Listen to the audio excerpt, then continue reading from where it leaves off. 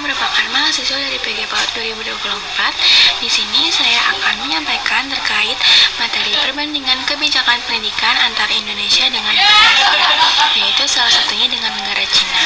Pertama-tama saya akan menjelaskan terlebih dahulu terkait perbandingan kebijakan antara Indonesia dengan negara Asia secara umum.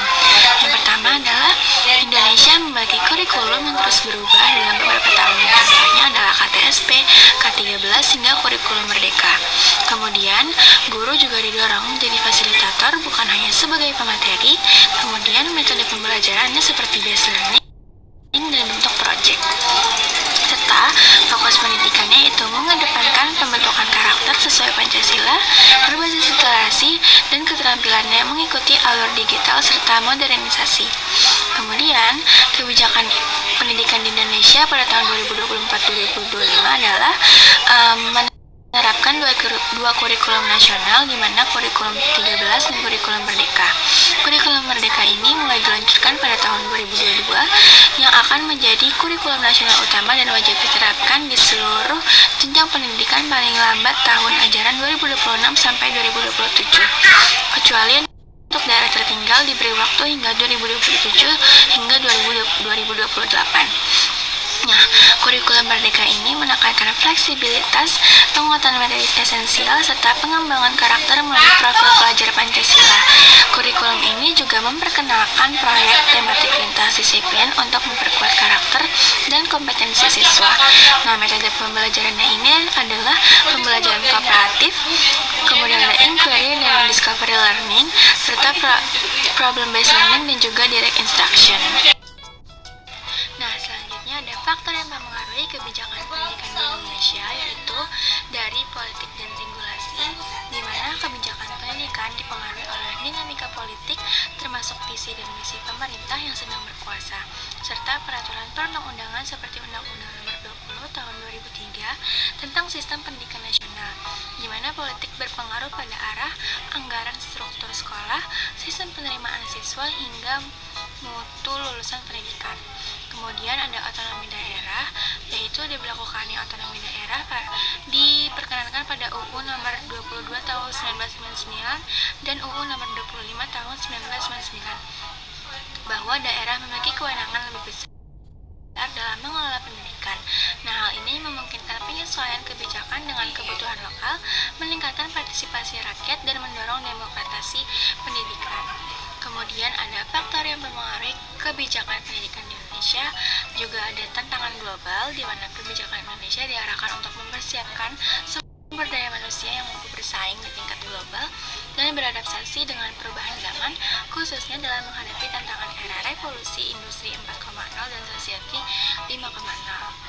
Kemudian ada keterlibatan masyarakat dan stakeholder, yaitu pendidikan menjadi faktor penting dalam pengelolaan pendidikan, misalnya melalui manajemen berbasis sekolah atau MBS, dan pendidikan berbasis komunitas dan partisipasi masyarakat, dan mendorong demokratisasi pendidikan. Kemudian ada kondisi sosial, ekonomi, dan keagamaan, bahwa keagamaan dan kondisi sosial ekonomi masyarakat ini juga mempengaruhi kebijakan pendidikan, termasuk dalam penyusunan kurikulum nasional dan muatan lokal. Selanjutnya adalah perbandingan kebijakan pendidikan antara Indonesia dengan negara Cina. Jadi, di Cina ini kurikulumnya itu lebih mengedepankan STEM atau Science, Technology, Engineering, and Math. Cina juga mengadopsi metode study center yang mana murid lebih aktif dalam belajar daripada guru. Kemudian fokus pendidikannya adalah dengan sistem ujian yang diperketat dan masih berfokus pada exam-oriented education. Kemudian ada ciri khas pendidikan antara pendidikan di Indonesia dengan Cina. Kalau di Indonesia itu mengutamakan pembentukan karakter dan fleksibilitas kurikulum, serta upaya besar dalam mengadaptasi pendidikan sesuai dengan konteks sosial dan kultural lokal melalui kurikulum merdeka.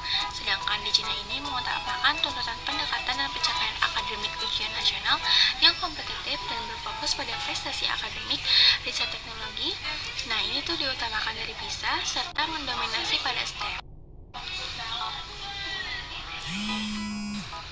Ciri khas pendidikan antar pendidikan di Indonesia dengan Cina saat ini, Indonesia lebih mengutamakan pembentukan karakter dan fleksibilitas kurikulum, serta upaya besar dalam mengadaptasi pendidikan sesuai dengan konteks sosial dan kultural lokal melalui kurikulum merdeka. Sedangkan Cina mengutamakan tuntunan pendekatan dan pencapaian akademik, seperti ujian nasional yang kompetitif dan berfokus pada prestasi akademik, riset teknologi yang diutamakan dari hasil PISA, dan mendominasi pada STEM. Perbandingan kebijakan pendidikan antar Indonesia dengan negara Asia, Indonesia dan Korea. Yang pertama, perbedaan kurikulum. Kurikulum pendidikan di Korea Selatan dikeluarkan secara nasional oleh KISE atau yang disebut dengan Korea Institute of Curriculum and Evaluation yang bersifat sangat terpusat serta terstandar di seluruh negeri, di mana kurikulum ini menekankan pada pemberian bekal kompetisi agar murid siap terjun ke dunia kerja dan melanjutkan pendidikan ke jenjang berikutnya. Yang kedua, ada metode pembelajaran, di mana metode pembelajaran di Korea Selatan cenderung lebih menekankan pada hafalan, latihan soal, dan penguasaan materi akademik secara mendalam. Pembelajaran sangat berorientasi pada hasil ujian, sehingga murid dihadapkan pada jam belajar yang panjang dan persaingan yang sangat ketat. Yang ketiga, ada fokus pendidikan.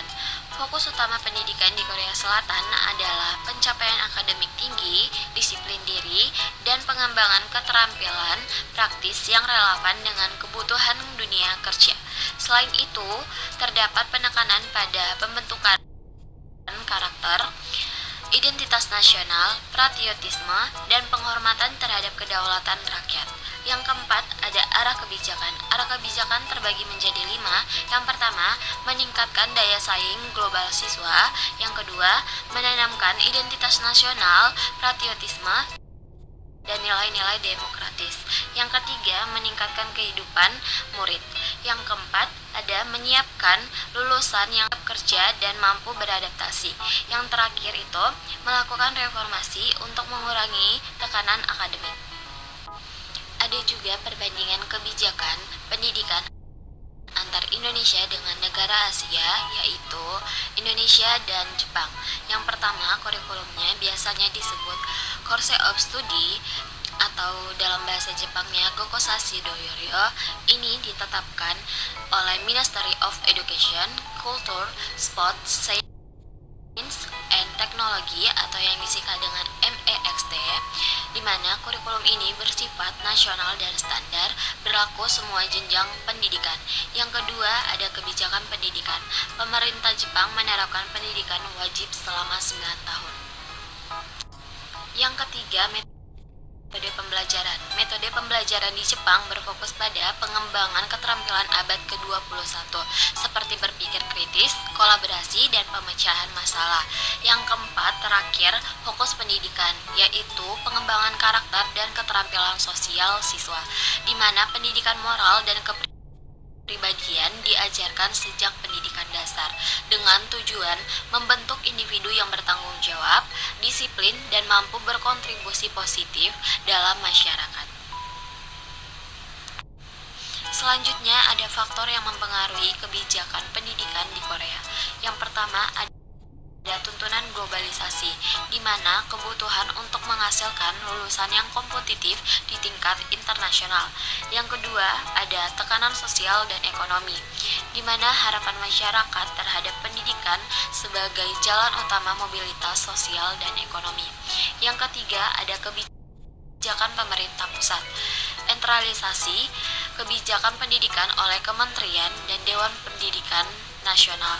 Yang keempat, ada kesenjangan wilayah, di mana upaya mengatasi ketimpangan akses pendidikan antara daerah perkotaan dan pedesaan.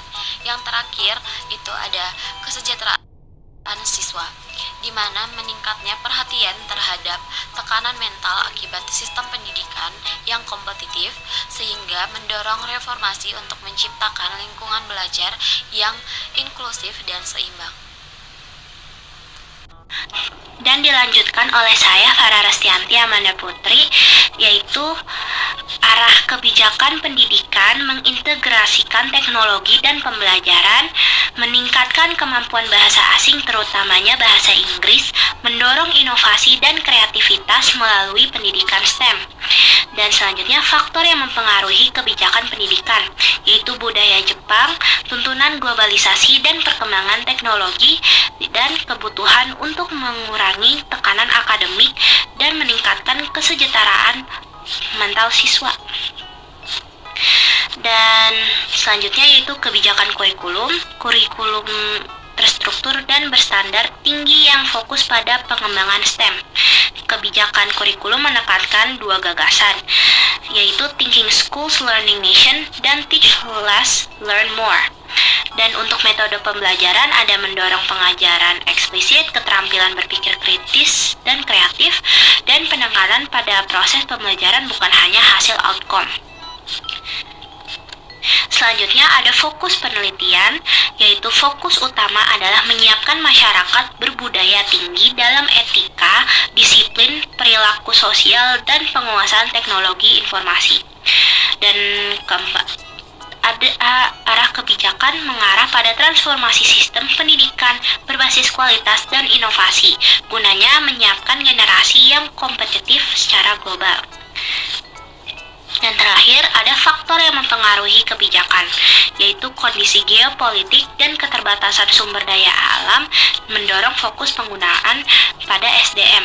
Tekanan globalisasi dan ekonomi pengetahuan memicu pergeseran kurikulum dan metode ajar. Dan untuk kesimpulannya, semuanya kebijakan pendidikan Indonesia saat ini bertransformasi menuju sistem yang lebih fleksibel, berpusat pada pengembangan karakter, penguasaan kompetensi esensial, dan pemerataan akses pendidikan dibandingkan negara Asia lain seperti Singapura, Jepang, dan Korsel. Indonesia masih menghadapi tantangan dalam pemerataan kualitas dan infrastruktur, namun mulai menyesuaikan dengan tren global seperti digitalisasi, STEM, dan penguatan karakter. Faktor utama yang mempengaruhi kebijakan adalah kebutuhan pemulihan pasca pandemi, tuntunan globalisasi, dan perkembangan teknologi. Wassalamualaikum warahmatullahi wabarakatuh.